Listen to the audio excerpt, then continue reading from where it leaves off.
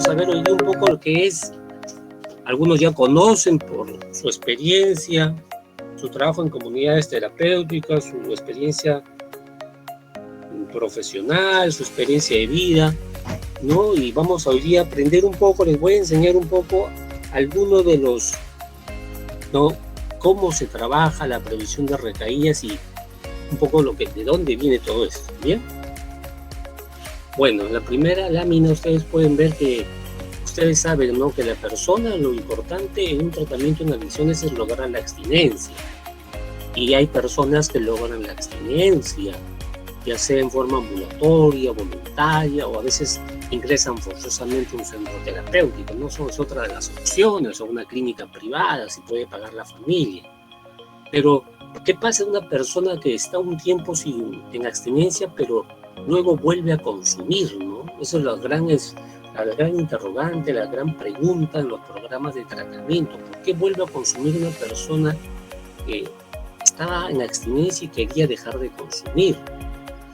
Hay varias explicaciones un poco científicas al respecto. Una de ellas es justamente, es importante la motivación, ¿no? Hay una motivación. Y uno de los causales de recaída es también cuando no hay esa motivación inicial en la persona, en el adicto, la adicta, la persona que está en tratamiento. Y eso, ¿quién explica la motivación, el modelo?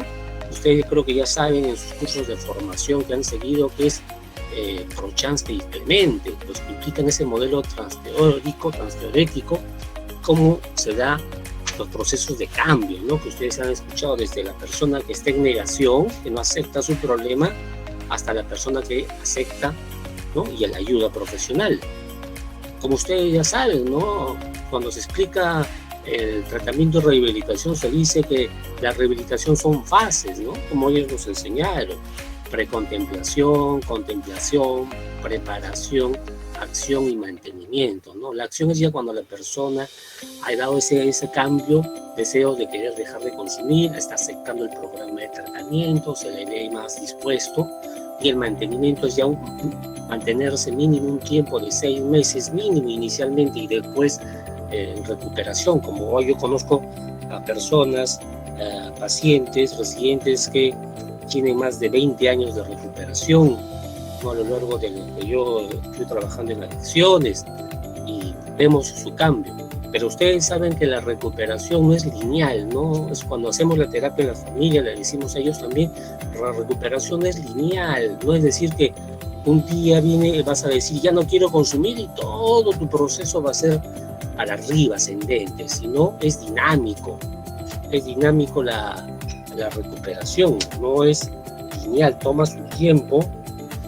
Entonces, durante este proceso se pueden dar las recaídas, que es parte normal de un tratamiento. Se dice que en adicciones son una de las tasas altas de recaída en comparación con los otros problemas clínicos. En adicciones hay una alta tasa de recaída, ¿no?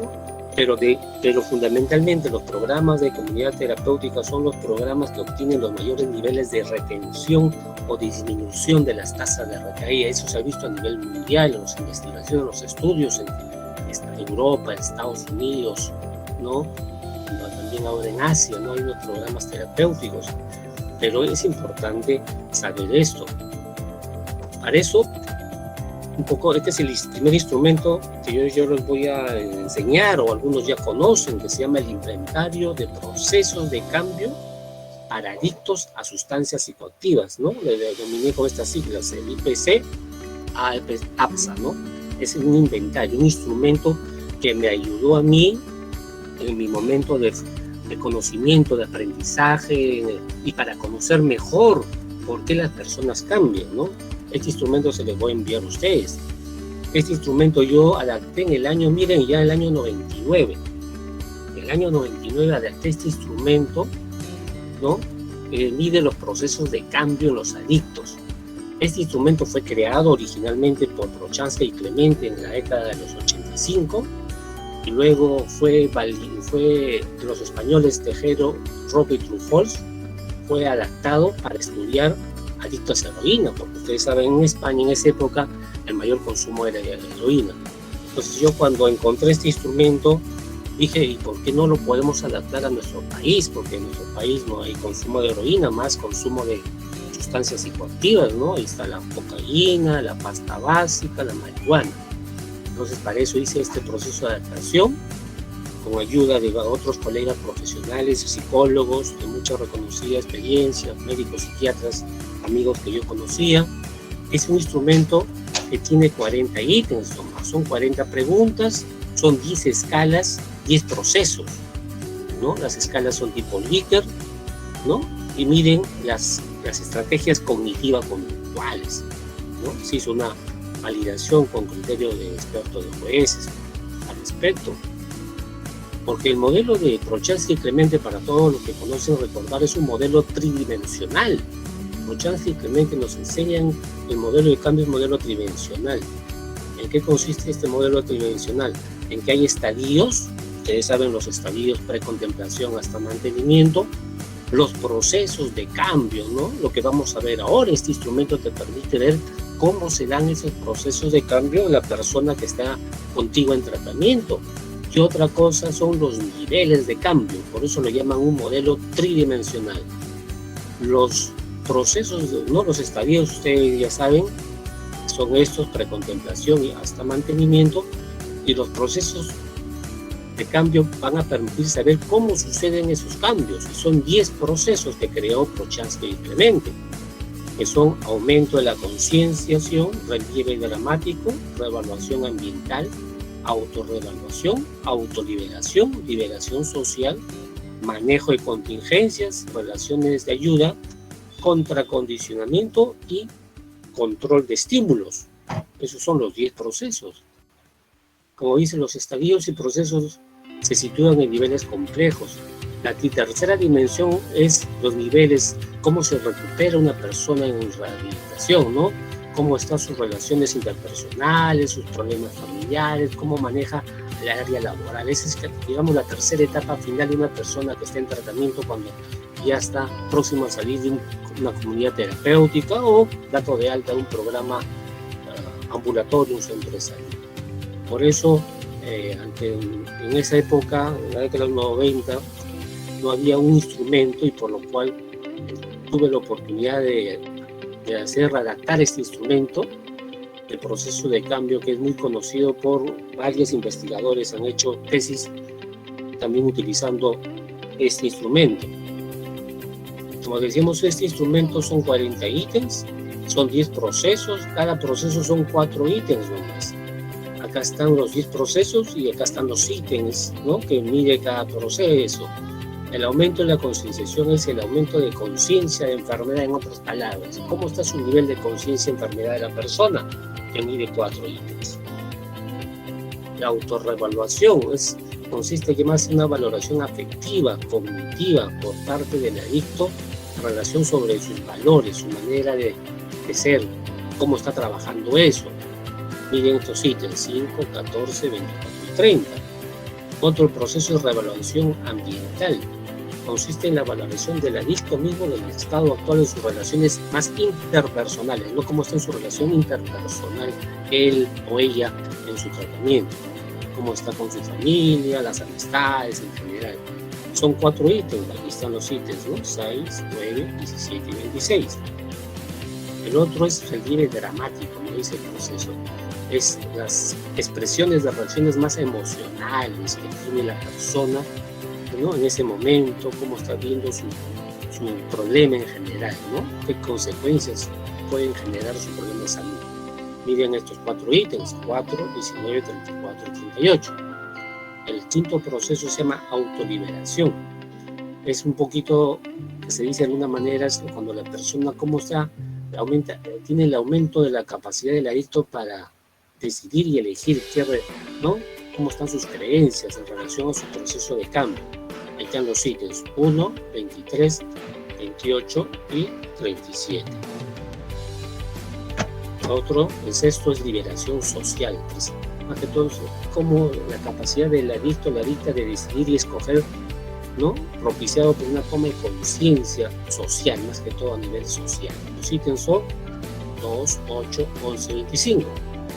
El 7 es manejo de contingencias, es decir, qué estrategias él o ella presenta ante la probabilidad de una conducta de consumir, qué estrategias utiliza, ¿no? ¿Qué alternativas interesantes, ¿no? Para mejorar su no consumo. Están los ítems ahí 3, 31, 35 y 40. El otro proceso es relaciones de ayuda, ¿no? O sea, la existencia de apoyo social, que es importante en toda persona que tiene un problema de adicción. Cómo está esa relación de apoyo, ¿no? La familia, las amistades, ¿no? Para eso están los ítems.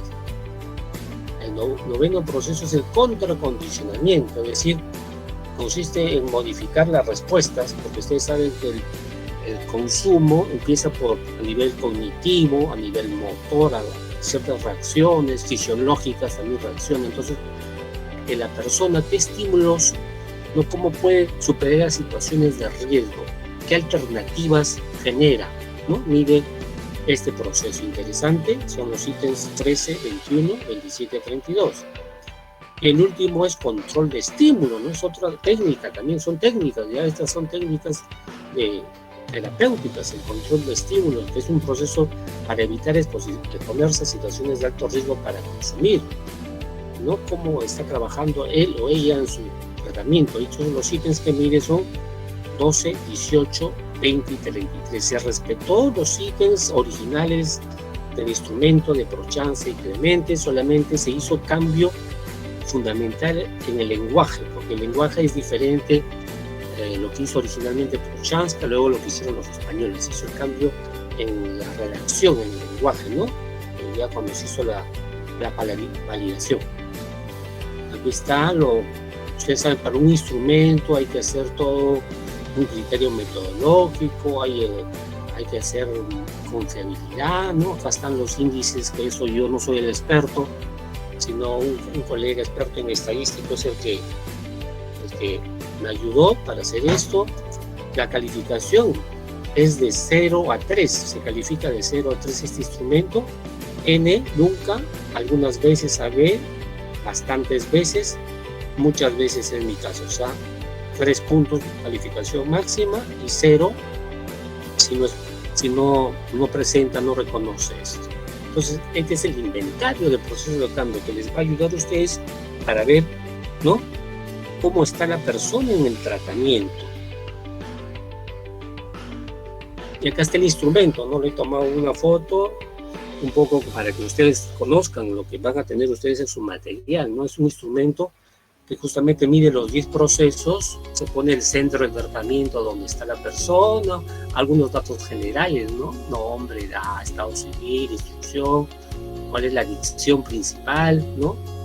Es parte de los instrumentos de adicciones que yo capacito.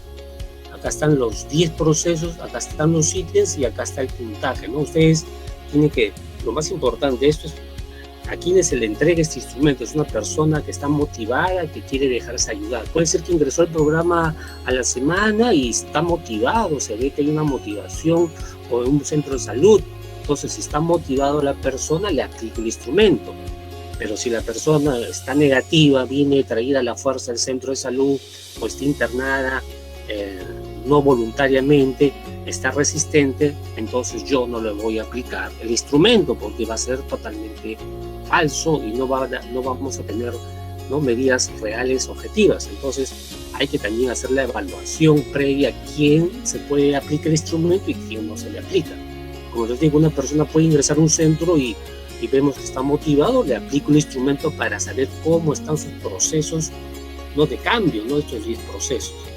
Entonces hago la calificación, como ustedes saben, ¿no? El puntaje máximo es 3 y el puntaje mínimo es 0. Entonces cada proceso, acá sumo los ítems y acá pongo el puntaje. El puntaje mínimo será 0 y el puntaje máximo será 12, ¿no?, en cada proceso.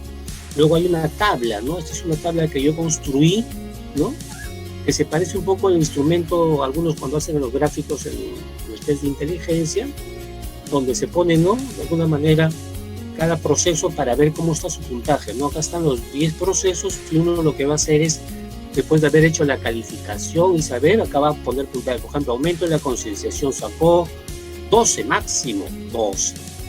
El segundo, autoliberación, puede ser puntaje 6, puntaje 3, 2, 1, 4, 5, 7.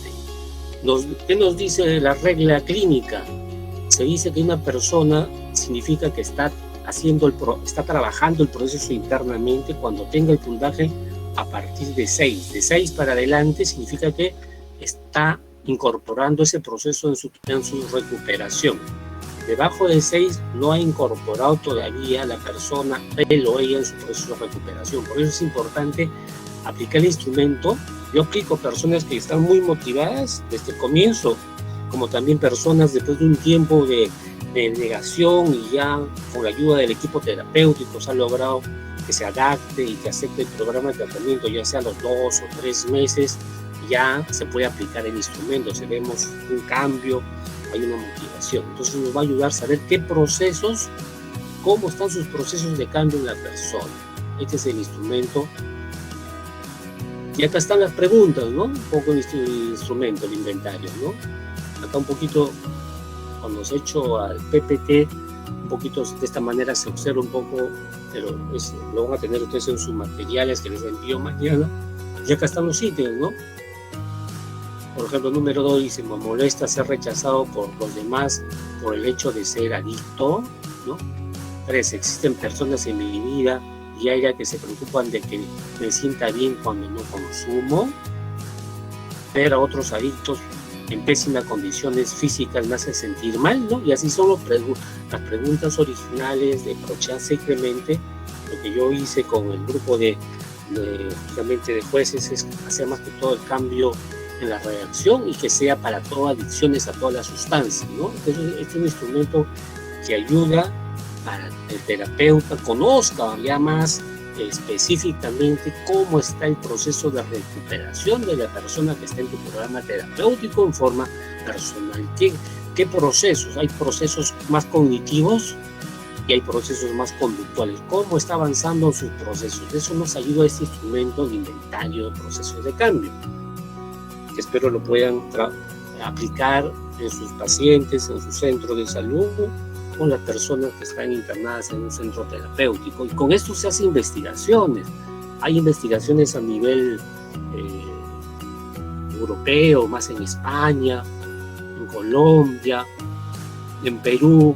También por ahí hay alguna investigación que yo he visto en un trabajo.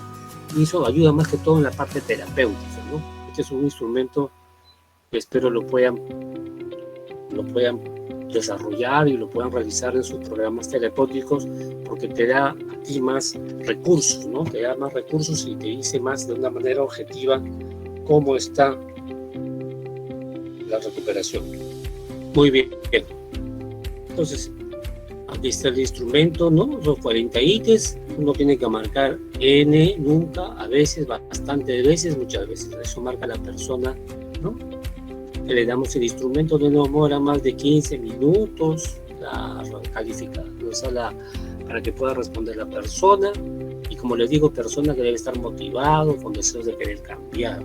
Persona resistente y negativa, no es adecuado dar este instrumento. Muy bien, entonces este es un instrumento del inventario de procesos de cambio que va a ayudar a ustedes en su trabajo personal.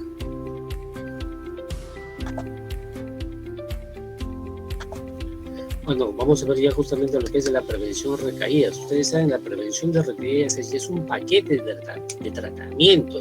Todo programa de prevención de recaídas es un paquete con técnicas de acuerdo a cada estilo, cada modelo, ¿no? Que se utiliza, no solamente se utiliza en adicciones, sino también en otras patologías. Ahora se llama la prevención de recaídas en los cuadros depresivos, los trastornos alimentarios, básicamente, trastornos afectivos, ¿no? Trastorno de ansiedad. Se utiliza también programas de prevención de recaídas. Muy bien.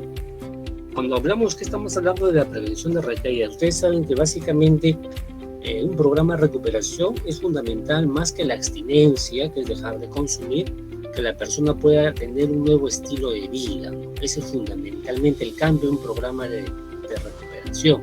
Y eso de alguna manera se llama sobriedad, ese cambio.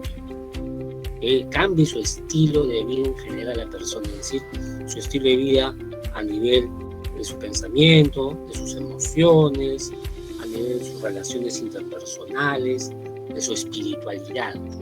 Pero también en este proceso de recuperación se puede dar la recaída, ¿no? Una persona puede volver a recaer también. Hay varios motivos y factores estudiados. Por eso se puede reiniciar otra vez el consumo, o aquellos que tienen adicción, ¿no? Adicción a algún juego, a la adicción psicológica. Vamos a ver hoy día uno de los expertos, el primer pionero que trabajó la prevención de recaída, cual yo estudié bastante a él. Fue motivo de mi estudio, de mi tesis de licenciatura, y lo he seguido a lo largo de toda su carrera profesional, ¿no? Él es el doctor psicólogo, ¿no? Alan Marlatt, ¿no? A ver, pocas personas han influido tan significativamente en el ámbito del tratamiento del consumo como es Alan Marlatt. Alan Marlatt fue psicólogo de la Universidad de Washington y fue un pionero en el campo de prevención en recaída. ¿Por qué es un pionero? Porque aparte de ser un investigador, de escribir libros, coautores, fue el primero a nivel mundial que utiliza el término prevención de recaídas. Antes de Alan Marlatt no se decía prevención de recaídas, solamente se hablaba de tratamiento, las fases de desintoxicación, pero no se utilizaba que era importante trabajar la prevención de recaídas. Él fue el primero que utiliza que es importante en todo tratamiento en adicciones trabajar la prevención de recaídas. Por eso fue un pionero en este campo. Él fue un crítico del cambio inmediato, porque él mismo sabemos que la recuperación no es inmediata, sino es un proceso. Como nos habla, es un proceso, todo tiene su tiempo. Él, en la década de los 70 fue que él empezó su trabajo pionero, ¿no? En la década de los 70, cuando aparecen los primeros programas de tratamiento en adicciones y especializados a nivel mundial, con otros colaboradores. Ellos trabajan sobre pacientes en las clínicas allá para ver, en este caso estudió pacientes alcohólicos para ver qué pasaba y por qué volvían a consumir después de los primeros 90 días de abstinencia. Entonces, en base a esos estudios preliminares, él genera una taxonomía de situaciones de riesgo y él propone un modelo cognitivo-conductual, que es el primer modelo cognitivo-conductual en adicciones. Aquí está su libro, ¿no? Es un libro pionero, ¿no? Relax y Prevention, Prevención Recaídas. Fue el primer libro publicado por Gordon y Marlatt en el año 85 y justamente fue el libro guía para mi tesis de licenciatura en la UPC.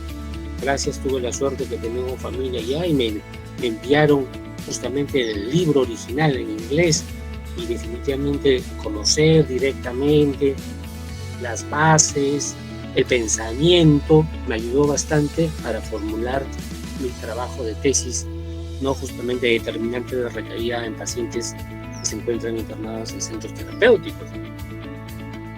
Por eso Marlatt en el año 85 es el primer pionero y está acreditado a nivel mundial que utiliza la palabra prevención de recaídas. Él estudia en esos tiempos ya el craving también, ¿no? Empieza a estudiar el craving, que es el deseo de consumir, ¿no? Él empieza a identificar señales y desencadenantes del craving. O sea, el craving no viene porque sí, sino hay desencadenantes, porque aparece eso. Él enseña a practicar técnicas de control para aprender a manejar esas sensaciones de urgencia, ¿no? Del craving. Por eso se dice él, ¿no?, que la recaída se hace más probable si el adicto o el adicto anticipa efectos positivos para el consumo. Sabemos eso para el juego. Si uno anticipa efectos positivos, va a ser más fácil que vuelva a consumirlo, ¿no? Como bien dice, las expectativas juegan un papel muy importante en el modelo de prevención de recaídas. Y como sabemos nosotros, una recaída no es el mismo día que uno vuelve a consumir una sustancia psicoactiva o vuelve a jugar. Sino una recaída empieza antes. Y cuando yo hablo de recaídas, cuando hago la terapia de recaídas con el paciente, con la familia, en los grupos, una terapia de recaídas se dice eso, ¿no? Se traza una recta yo trazo una recta y al final de esa recta pongo R, recaída.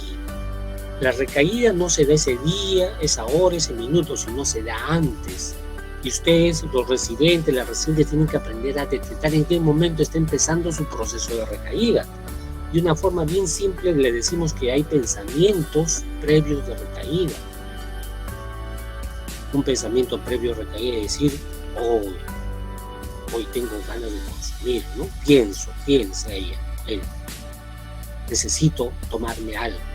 Que está pensando un pensamiento de recaída, pero no lo dice en el programa, se queda callado, o a veces lo dice, o es honesto y lo dice a su consejera, a su terapeuta.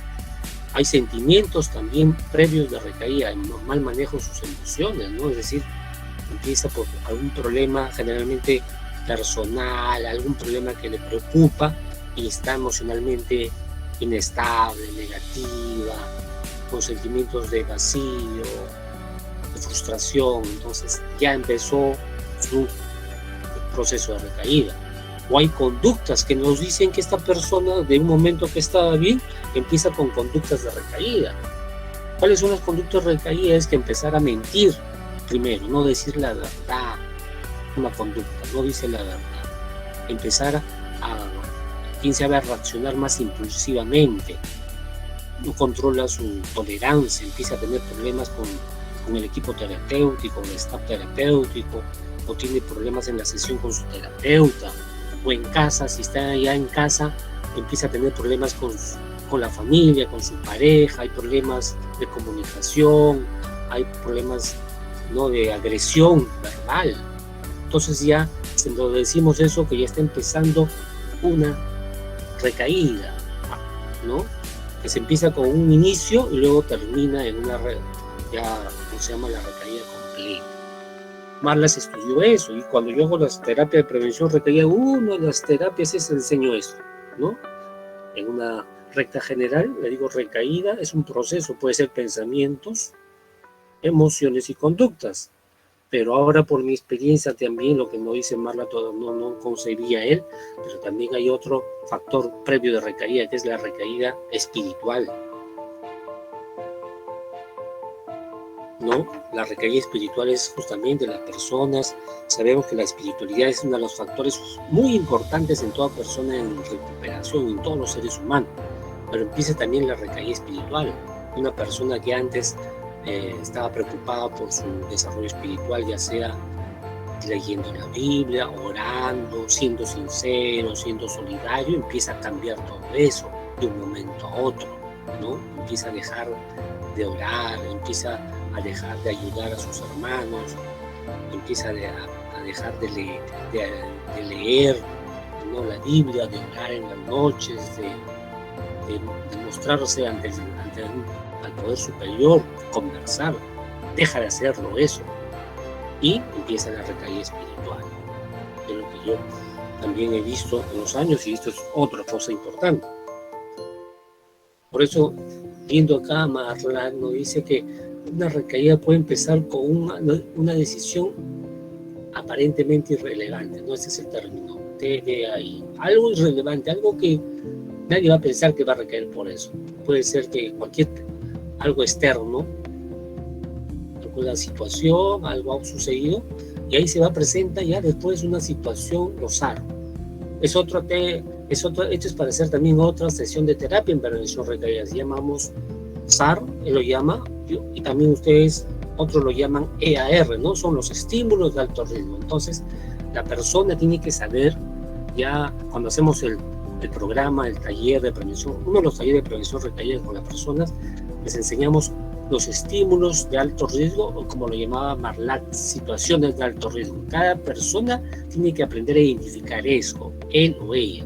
¿Qué situaciones de alto riesgo tú has tenido en el pasado o puedes tener que pueden llevarte a una posible recaída? Ya se tiene que conocer la persona en su programa de tratamiento. No todo es igual, no todas las personas son las mismas situaciones de alto riesgo. Entonces, eso es una terapia para que el terapeuta, el consejero, trabaje eso ya con la persona que estamos trabajando prevención de recaídas. Y sabemos que esas situaciones de alto riesgo, si no sabes manejar, van a llevar al final a una recaída, esa vuelta al consumo. ¿no? Acá está un poco la gráfica explicada, ¿no? Que algo irrelevante, hay una situación de alto riesgo y genera una recaída. O dice, cuando la persona entra en una situación de riesgo, tiene un margen para corregir, porque las situaciones de riesgo te pueden ayudar a corregir todavía, porque ahí estás a tiempo de corregir y evitar la recaída. Tienes que tener el suficiente manejo para identificar, detectar, afrontar adecuadamente esa situación de riesgo. Si superas esa situación de riesgo, va a tener un nivel de confianza contigo mismo, ¿no? La persona se va a sentir mejor. Por eso para Marlax es importante, ¿no?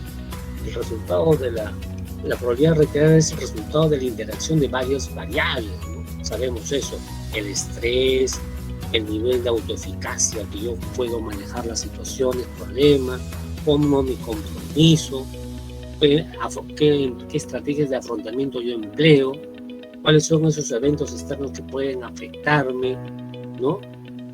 Y otras cosas es la misma sustancia, ¿no? Que influye. Por eso este modelo, básicamente, Marlax se centra en su modelo de prevención de recaídas es en reconociendo e identificando situaciones de alto riesgo, SAR, o algunos llamamos a los estímulos de alto riesgo. Y esos componentes van a incluir el afecto, el afrontamiento, la autoeficacia, la expectativa de resultado, el ambiente. Entonces, como bien dice, si la persona no puede afrontar de forma efectiva, falta de confianza, la situación de autoeficacia que él tiene va a disminuir, y eso posiblemente va a poder generar una posibilidad de recaída. Acá está en el libro, ¿no? En su libro original, ¿no? En prevención de recaída, bueno, acá está el modelo que él nos enseña. Es justamente acá las situaciones de alto riesgo. Toda persona que esté en tratamiento o recuperación, un momento a lo largo de su vida va a pasar por situaciones de riesgo. Eso sabemos toda persona que esté en un programa de tratamiento. La recuperación no es que nunca va a pasar situaciones de riesgo, vas a tener tú situaciones de riesgo. Lo importante es aprender a superar eso, ¿no? Como ya ustedes, hay muchos que han superado y tienen muchos años en recuperación, y en cambio otros pasa algo, lo pueden superar y vuelven a recaer. Por eso dice, ante una situación de alto riesgo, la prevención de recaídas es cómo tú afrontas esa situación de una manera positiva, usas alternativas adecuadas y va a aumentar tu autoeficacia, tu sentirte mejor porque has superado. Y eso te va a generar que la probabilidad de recaída disminuya. Pero ¿qué pasa a las personas que recaen?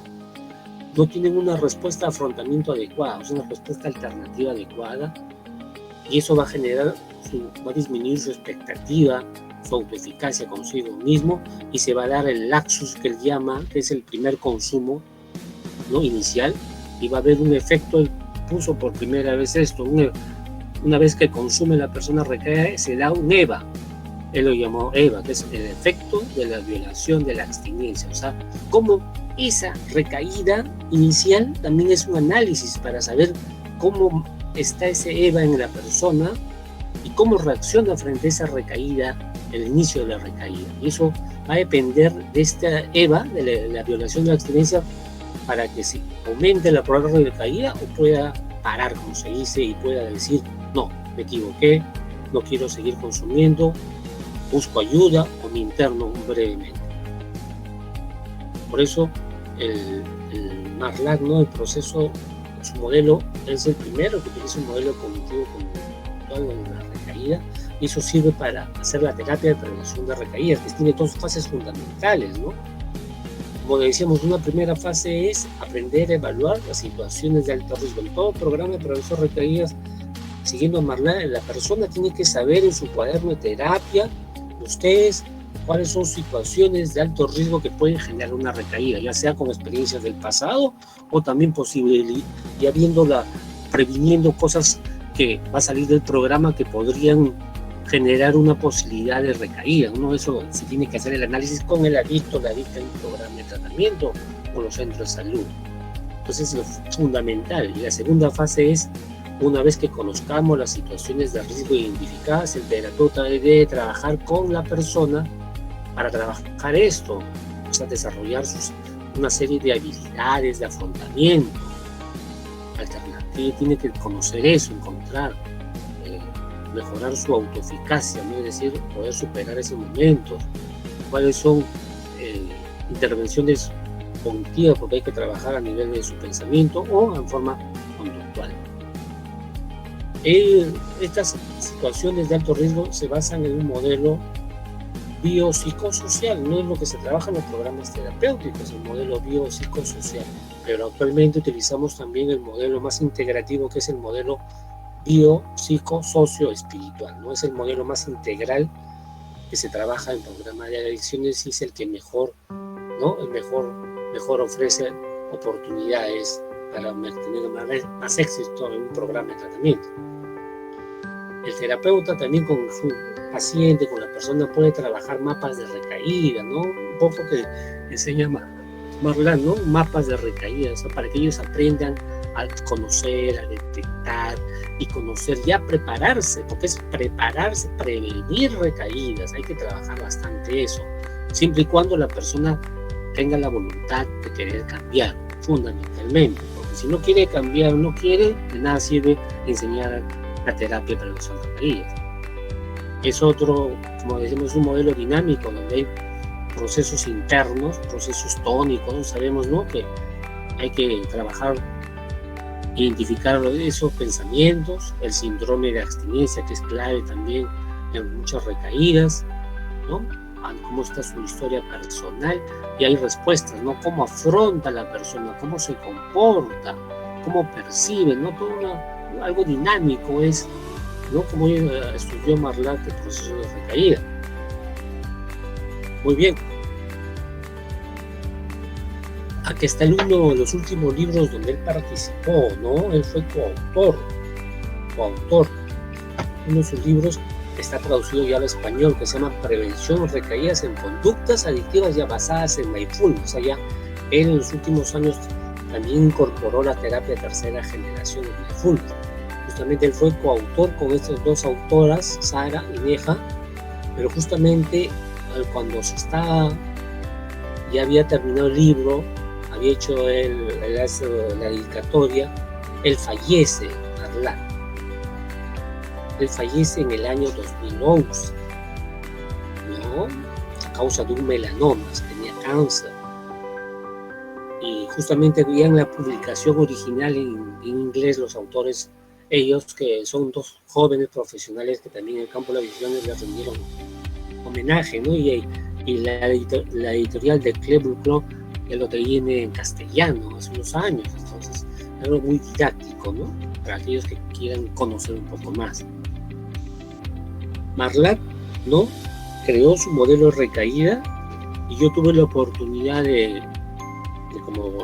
conocerlo y estudiarlo, hacer un cuestionario de recaída siguiendo el modelo Marlatt. Entonces hice este cuestionario de recaída que va a ayudar a identificar una manera de identificar en una persona que está recayendo por qué está recayendo, ¿no?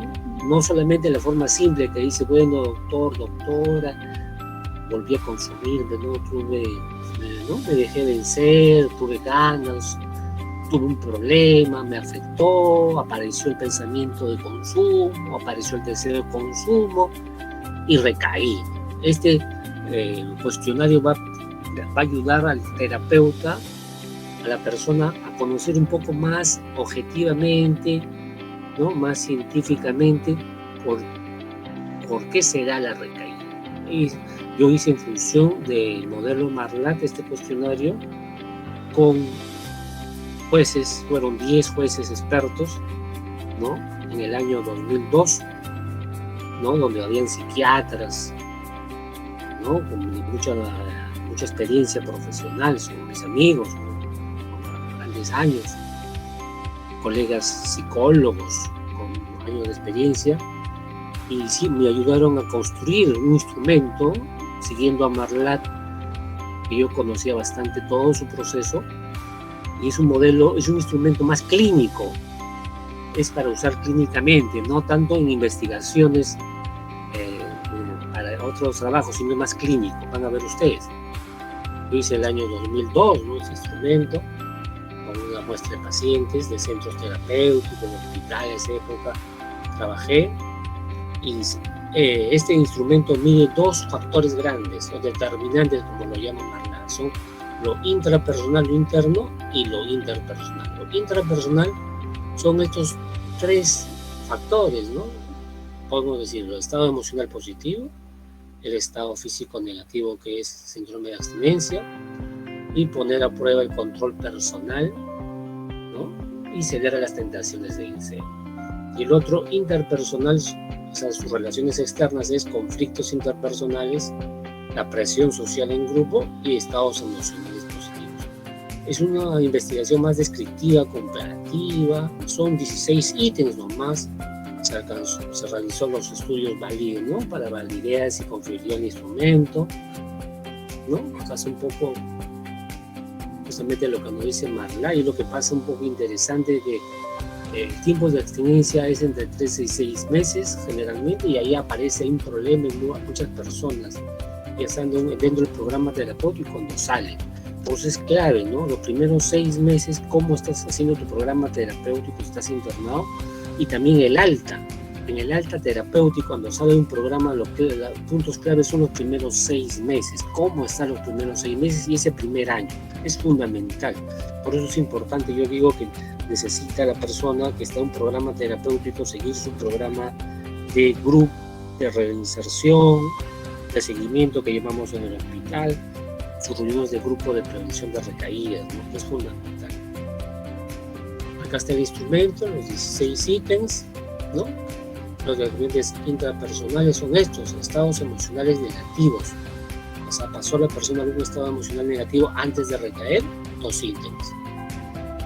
¿Cómo estaban sus reacciones físicas? ¿No? Acá está su síndrome de abstinencia, mide 2 ítems. ¿Cómo estaban sus estados emocionales positivos? Es decir, tenía placer antes de recaer, alguna situación, también por 2 ítems. Otro, poner a prueba el control personal, o sea, la típica, ¿no? Que dice: yo puedo controlar el consumo, ¿no? Una forma, ¿no? Algunos utilizan esa justificación de recaída. Acá están 2 ítems, ¿no? Evaluado. Ceder a las tentaciones, ¿no? Hay personas que no pueden manejar esa tentación y deseo y vuelven a consumir. Acá están los 2 ítems, ¿no? 5 y 7. Los determinantes interpersonales son los externos, ¿no? Cómo maneja la persona sus conflictos, maneja conflictos con su pareja, la familia o alguien, ¿no? 2 ítems. La presión social también, o sea, como hay algunos que recaen porque no saben manejar la presión social, ¿no? Están invitados a una reunión, no saben decir no saben irse a su cuarto o salir temprano, y ahí empieza la recaída por la presión social, no pueden afrontar adecuadamente esto. El otro es el estado emocional positivo, ya a nivel, ¿no? De grupo, ya, ¿no?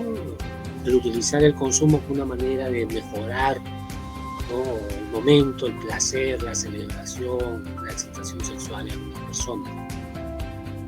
Entonces está la validez, el instrumento, la confiabilidad que es necesario. La calificación es un instrumento de 16 ítems, hay varias, las respuestas son dicotómicas y hay mixtas, ¿no? Como le digo, es un instrumento más clínico.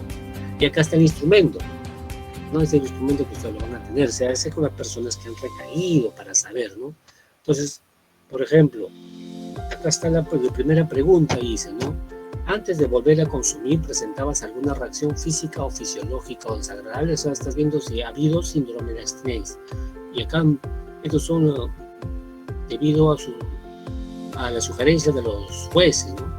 Uno es presencia de recuerdos asociados al consumo, cambios de humor, sueños de consumo, sueños donde otros consumían, cansancio físico, falta de motivación, presencia de deposiciones sueltas. Esos son los casos de pasta, deseo de evacuación intestinal, malestar desagradable, dolor de cabeza.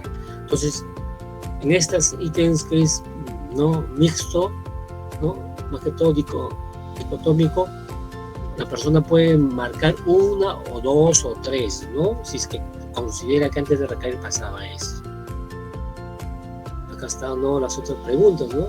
Dicotómicas, por ejemplo, siempre la número 8, ¿volviste a recaer al ver a otra persona drogada o un grupo consumiendo en ese momento?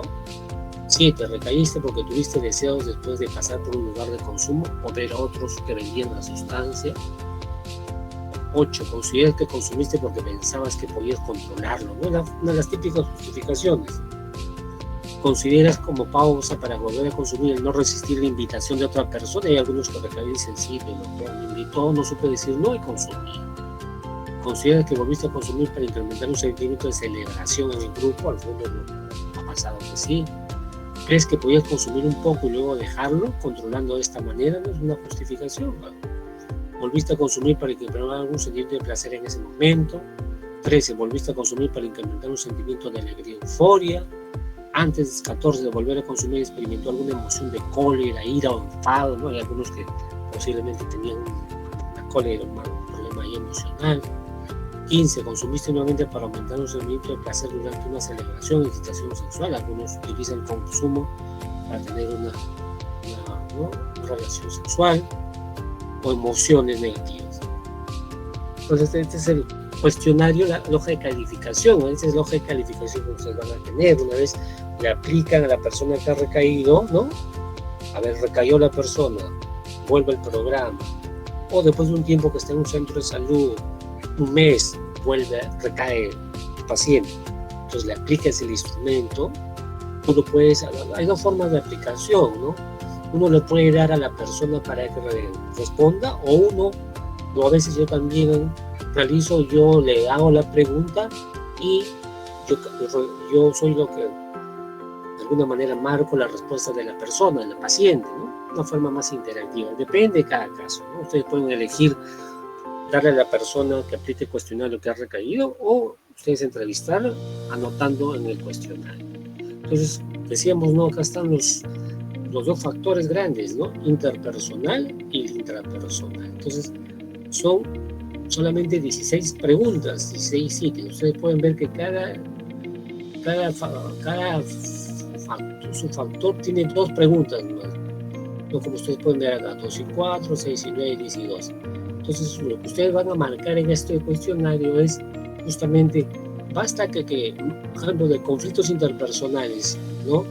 Que son los ítems 2 y 4, basta que uno de ellos me haya marcado sí. Entonces acá voy a marcar la presencia sí, ¿no? Voy a poner acá el ítem, ¿no? El ítem 2. El otro, presión social, hay 2, 6 y 9. Puede ser que el 9 sí me respondió la persona, sí pongo el número 9. Y así, estado emocional negativo. Y no también la presencia para saber qué ítems no calificó, no estuvo de acuerdo. Y así hacemos con los estados ahora intrapersonales que mide 5. El estado emocional negativo, el estado emocional positivo, el estado físico negativo, síndrome de abstinencia, poner a prueba el control y ceder a las tentaciones y deseos, ¿no? Igualmente es igual como el primero.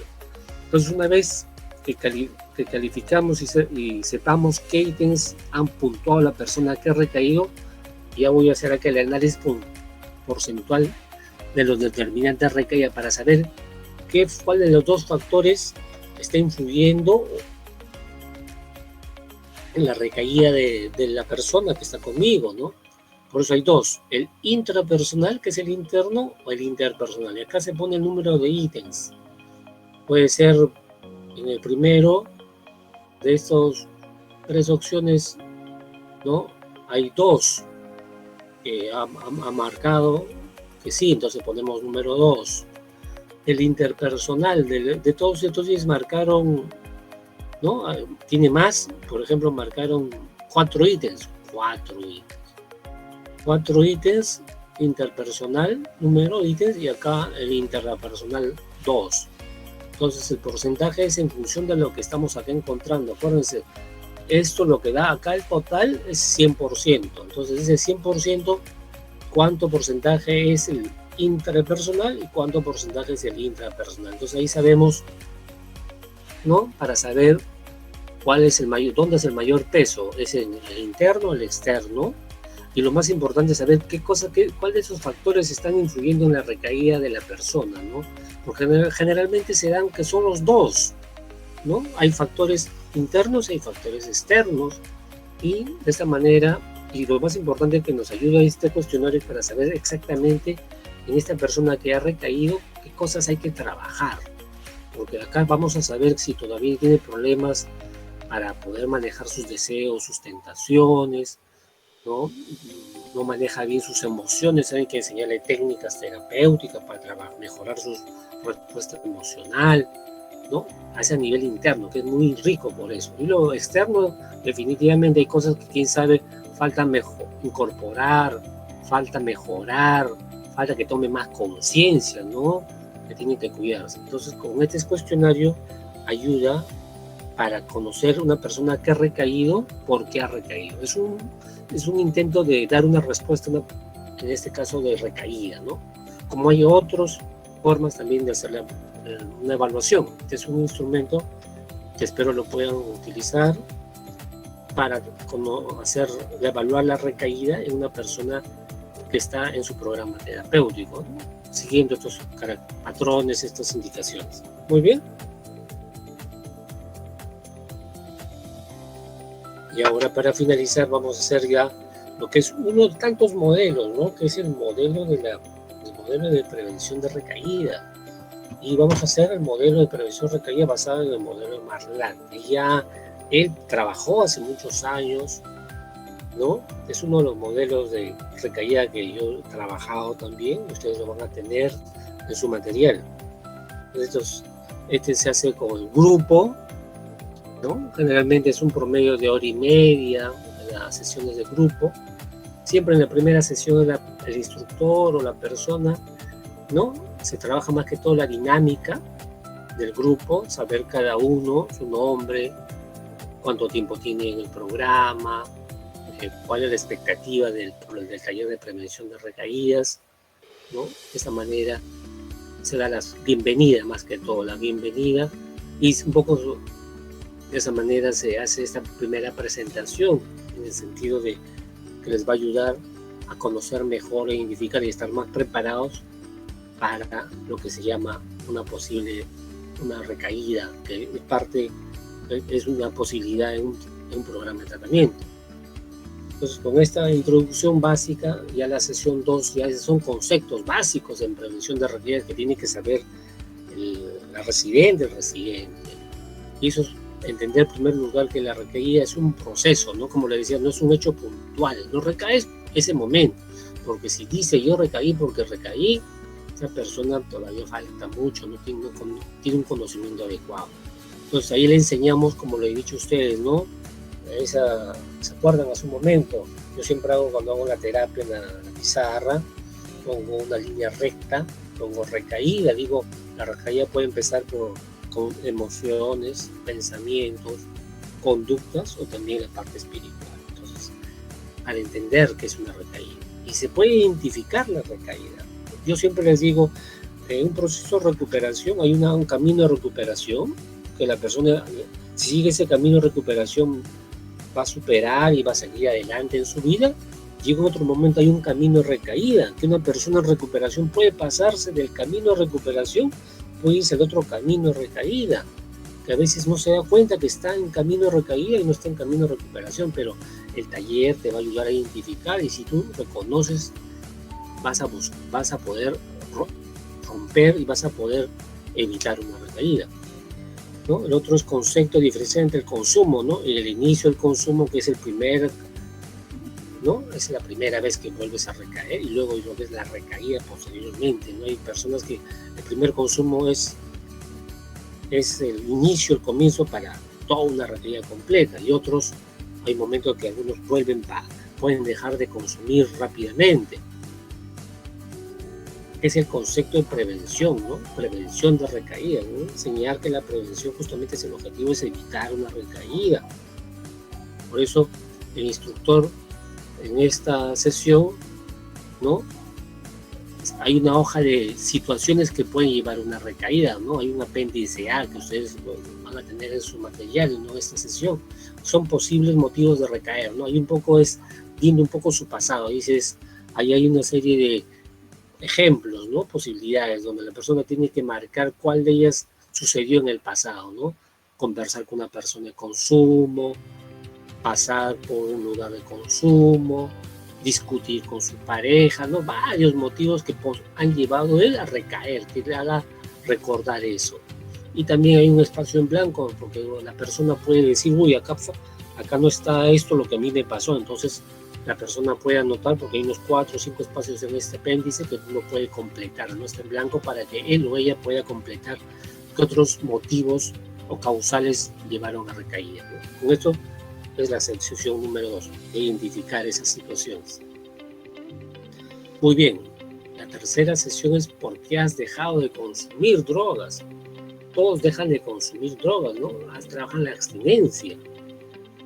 Pero después de un tiempo de abstinencia, hay personas, no todas, hay personas donde las consecuencias positivas de no consumir empiezan a debilitarse, o sea, a perder fuerza, ¿no? Y pueden aparecer consecuencias positivas de consumir, ¿no?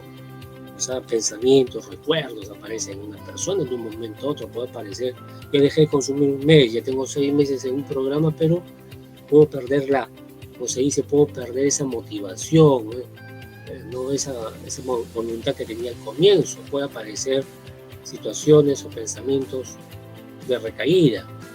Por eso en esta sesión se va a incidir sobre la importancia de tener presente por qué se has dejado la decisión de dejar de consumir, por qué has dejado, para hacerte recordar. Y por eso se explica, ¿no?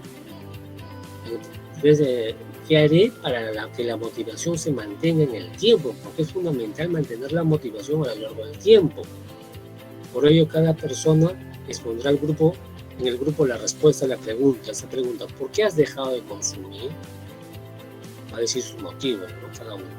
Luego se le dará un recuadro donde responderá acerca de las consecuencias positivas y negativas de consumir o no consumir. Está en el apéndice B, que es el balance decisional, ¿no? Y una hojita del balance decisional donde dice consecuencias positivas y consecuencias negativas, para que él, más que todo, para recordarle a él o a ella cuál es su motivación y qué es lo que empezó al venir el programa a dejar de consumir, para que no se olvide, que es importante.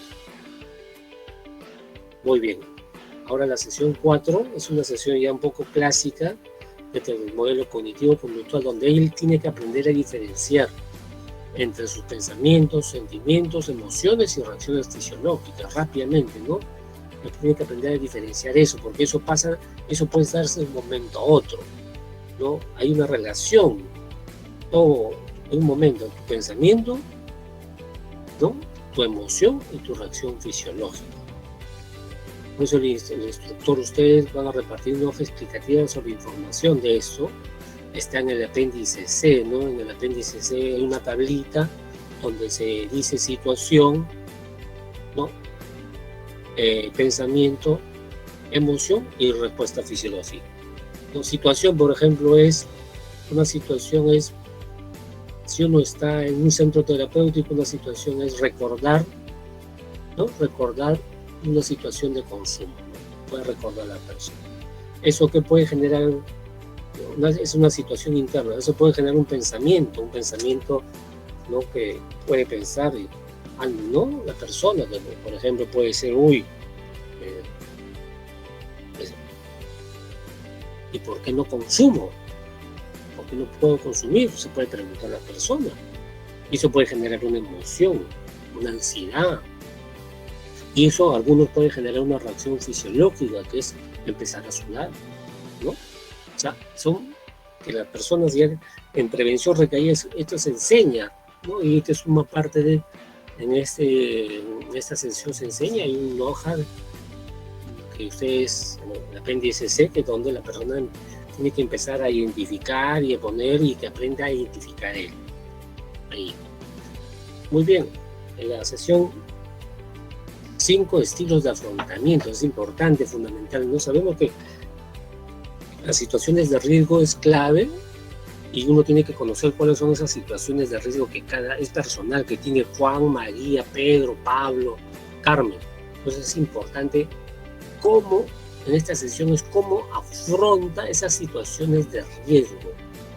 Entonces ahí la persona tiene que aprender ya alternativas para poder afrontar situaciones de riesgo que ya en el pasado ha tenido y por eso ha recaído constantemente, porque hay algunos que no solamente es su primer programa, sino tienen 2 internamientos, tres internamientos con aquellas personas que tienen experiencias previas en programas terapéuticos. Es interesante porque uno puede investigar, conocer bien qué cosas, qué situaciones de alto riesgo se presentó en la primera recaída, en la segunda recaída, en la tercera recaída, y ahí uno puede encontrar un patrón, el consejero, el terapeuta, ¿no? Porque los patrones uno va encontrando, son situaciones de alto riesgo externos, o esta persona tiene más situaciones de alto riesgo internos, que siempre se repiten, es un patrón que no sabe manejar y vuelve a recaer. Entonces, ya en esta sesión, afrontamiento es primero reconocer cuáles son esas situaciones de alto riesgo, y lo más importante es empezar a trabajar alternativas, ¿no? Para poder superar. ¿Cómo supera esa situación? Por eso el terapeuta explicará, ¿no?, cómo puede ser afrontada de muchas formas, ¿no? Varias alternativas. Y hay otras que peores, que no tienen un buen afrontamiento. Entonces es importante que la persona empiece ya a identificar qué alternativas de solución, ¿no? Llamamos nosotros de afrontamiento frente a esas situaciones de riesgo que ya la persona tiene que tener claro, y para eso es estar escrito, para eso esa es la terapia de prevención de recaídas, en un cuaderno terapéutico, siempre digo, que tiene que saber eso, y también se puede trabajar con la familia, la pareja.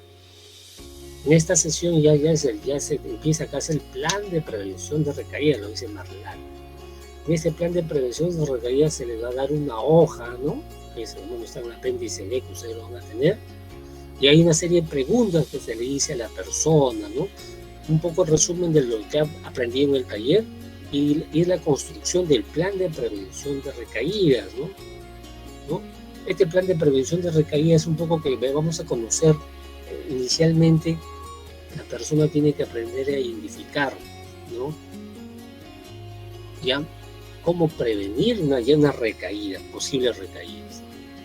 Y en esas, ya terminando esta última sesión, la presentación del plan de prevención de recaídas, donde la persona va a exponer su plan, ¿no? En ese plan nos dice, por ejemplo, ¿no?, ahí está en la hoja, en el apéndice D, donde la persona tiene que aprender primero a identificar cuáles son esas situaciones de más riesgo de recaída, puede ser a nivel interno o externo, puede presentar. Y lo más importante después es la otra parte, que él tiene que aprender a identificar cuáles pueden ser esos factores protectores que pueden ayudarle a evitar una recaída, ¿no? Hay factores internos o factores externos. ¿Cómo lograr eso? Entonces la persona trata de crear un plan frente a unas posibilidades de riesgo, y eso lo da a conocer lo da a conocer en el grupo, y el instructor, el que realiza la terapia del grupo, trata de evaluar si está bien realizado esos planes de prevención de recaídas, un poco cuestionar si no está bien realizado, ayudarlo, mejorarlo. Por eso es el objetivo, ¿no? El terapeuta va a ayudar a la persona para que tenga mejores herramientas, mejores estrategias, y con eso ya se está terminando este taller de prevención de recaídas. O sea, les hemos enseñado a él o ella, ante una posibilidad de recaída que es alta, que se puede dar, cómo evitar la recaída. Entonces, si se le enseña a la persona la posibilidad de prevenir una recaída, y también otro taller también se trabaja en paralelo, si la persona está internada todavía, también se puede hacer el trabajo de prevención de recaídas con la padre de familia, donde va a vivir él o ella, o la pareja, si es que va a tener. Y un momento también en los programas de salud se hace el trabajo ya con conjunto, ¿no? Estos talleres se puede hacer en conjunto, es decir, la familia con el paciente, la paciente, enseñarle la prevención de recaídas. Entonces, esto va a ayudar a disminuir tremendamente, ¿no?, las recaídas, enseñando el programa de prevención de recaídas. Por eso es fundamental trabajar en todo programa terapéutico. Si un programa terapéutico a lo largo y al finalizar no enseña dentro del un módulo de prevención de recaídas, no le están enseñando el programa completo, no están enseñando bien al residente. Por eso ese terapeuta calificado, ¿no?, con conocimientos, tiene que enseñar eso. Y siempre les digo, con su cuaderno terapéutico, no es que yo haga como hay algunos que yo digo, programas terapéuticos que solamente va el terapeuta a la sesión y el residente está escuchando y dice, uy, qué bonita la sesión, me gustó, pero después de 2 semanas no va a saber de qué trató la sesión o qué le quiso enseñar objetivamente. Por eso siempre les digo, sus programas terapéuticos, yo cuando hago las terapias tienen que tener su cuaderno de terapias. Y eso es lo que más interesante, porque yo a lo largo de mis años, mis pacientes que he terminado, me dicen, doctor, agradezco todas las terapias que usted me ha enseñado. Tengo acá mi cuaderno y cuando estoy en mi casa, como ahora, empiezo a repasar, ¿no? Empiezo a repasar todo lo que usted me ha enseñado y lo que recuerdo, los grupos, y eso me ayuda a estar más preparado, a estar más alerta. Porque yo sé que puedo recaer. O sea, una persona en rehabilitación sabe que puede recaer y lo más importante es detectar a tiempo.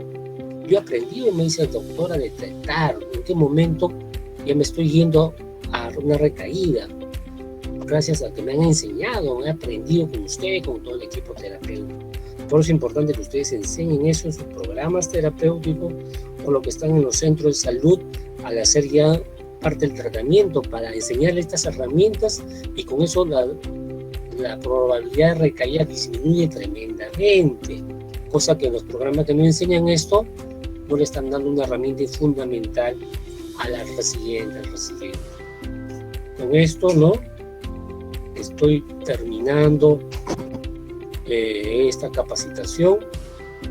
Voy a enviar el material del PPT, justamente los 2 instrumentos que yo he construido hace muchos años, que es el proceso de cambio, y el otro de recaída de Marlat, y también este taller, ¿no? El taller de prevención de recaídas, con sus hojas de registro para que ustedes puedan utilizar y enseñar en sus programas terapéuticos.